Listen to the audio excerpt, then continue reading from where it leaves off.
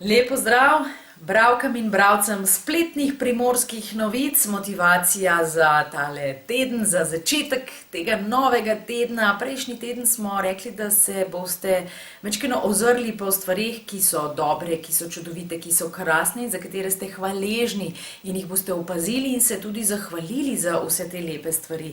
No, danes pa imam tudi en zelo dober predlog za tale teden. In sicer, zdaj ko smo videli, da pravzaprav ni vse tako grozno črno, kot smo najprej mislili, da je, pa je vaša naloga, da pohvalite ljudi okrog sebe, da se zahvalite njim, da jim poveste, da jih imate radi, da jim poveste, da so dragoceni v vašem življenju, da morda šef v službi pove svojim podrejenim, da so neko nalogo dobro opravili, da se otrok zahvali mamici in mamica otroku, da se mož zahvali ženi za dobro kosilo, ker ni samoumevno, da ga je skuhala, da se žena zahvali možu, ker je zlikal vse svoje srajce, pa še vse njene stvari, tudi to ni nekaj samoumevnega. Skratka, dajmo opaziti, kaj počnejo in kaj so ljudje okrog nas, in jim izrazimo, ne samo v mislih, ampak tudi z besedo,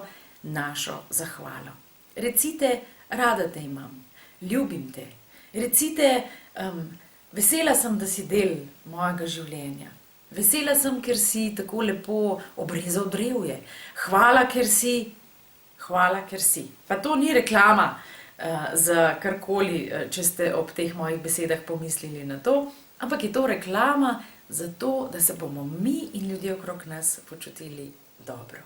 In za več veselja do življenja naj bo vaš moto, s katerim vas pozdravljam v tem čudovitem tednu, ki je pred nami.